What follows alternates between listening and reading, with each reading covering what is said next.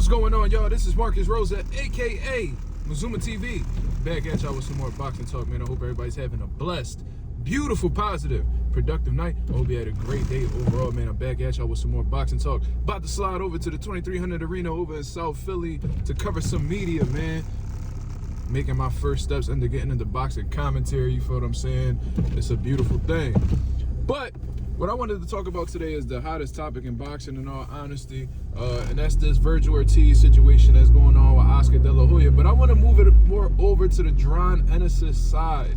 You see what I'm saying? Because we all know Vergil suing Golden Boy. We all know that Golden Boy is saying they're going to aggressively pursue this lawsuit and, you know, defend their rights. And, you know, there is an active contract. And, you know, Vergil and them has been in breach of contract. We know Vergil saying that, you know, they're not holding up their end of the bargain, and as a result of them no longer having that DAZN deal, that he could terminate his contract whenever. We know all of that. You see what I'm saying? We spoke about that already. A shout out to everybody that's been supporting the videos. Now, what I want to speak about is, what about Jaron Ennis? You know what I'm saying? And I know I'm from Philly, man. All y'all do is worry about Jaron Ennis, man. But at the end of the day, we cannot deny that this is one of the biggest fights to be made in the sport of boxing. And as somebody who covers the sport of boxing, I have to speak about this. You know what I'm saying? So, Jaron Ennis is sitting, waiting around, hoping to get this big fight with Vergil Ortiz. You know what I'm saying? The other champions are occupied. You know, Xander Zayas, Abbas Barao, they rumbling. You know what I mean? It's going down January 31st. Big fight. Sebastian Fundora, he coming. From what I understand, he's getting back in the training camp. He just recovered from an injury. He's going to be facing Keith Thurman. You know what I'm saying? Who's the other? Bakram Murtazaliev, he's about to fight Josh Kelly. You know what I'm saying? And Jaron Ennis might have that shit in line next because from what I heard Eddie Hearn say, you know, if Josh Kelly wins, it's already in the contract that he has to face Jaron Ennis next.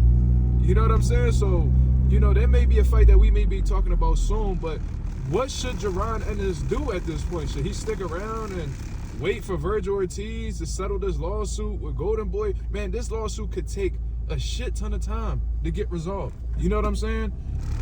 Being somebody who's been in court for separate things, but it's a long process, man. It can be a long process. Just getting a court date in itself could take a shit ton of months to get settled and resolved, and, you know, finally put it behind you. I don't know if this is something that's going to be resolved quick. I really don't know. I heard Oscar De La Hoya say that, you know, this lawsuit shouldn't get in the way of the fight happening. But, like, we've seen fighters, like Mikey Garcia had to sit on the shelf until their contract got resolved with Top Rank.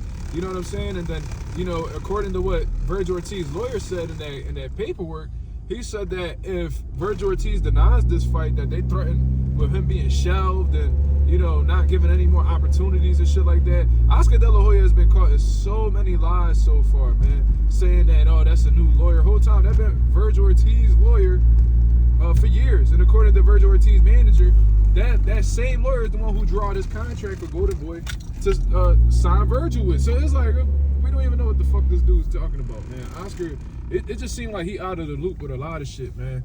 I'm starting to think that Oscar just like the face of this shit, and everybody else behind the scenes be conducting, you know, his business moves. Kind of like what Al Heyman and Richard Schaefer were doing back at the height of Golden Boy. But regardless, what's up with Jaron Ennis, man? You know, should he sit and wait until March, April? There was already stalled out negotiations prior to this lawsuit even happening. So they already dragging their feet as it is.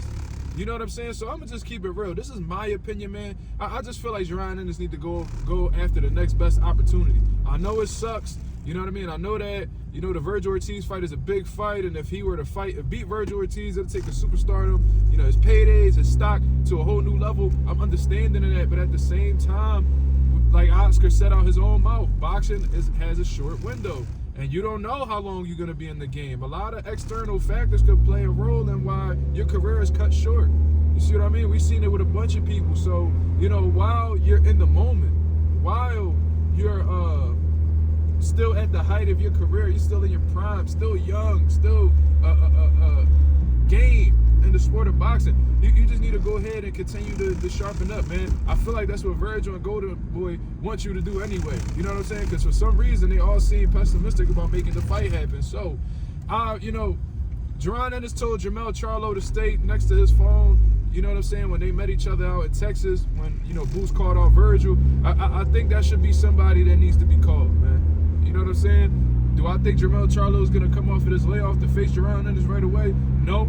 But at the same time, you know what I'm saying? There's a possibility. Just because I think that it's not going to happen don't mean it won't.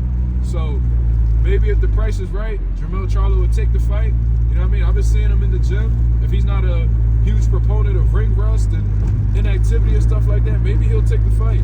But you know what I mean? I don't really know what Jaron Ennis should do. Me personally, I would go on to the next one because, you know, I don't know what they saying that they got options outside of Jaron Ennis and all this bullshit. And with this court shit, you know, it may take a good amount of time to get that shit taken care of. So until then, I think Boots needs to continue being sharp.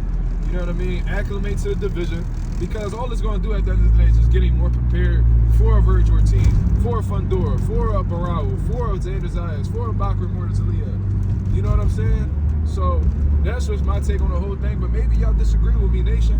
Let me know what y'all think.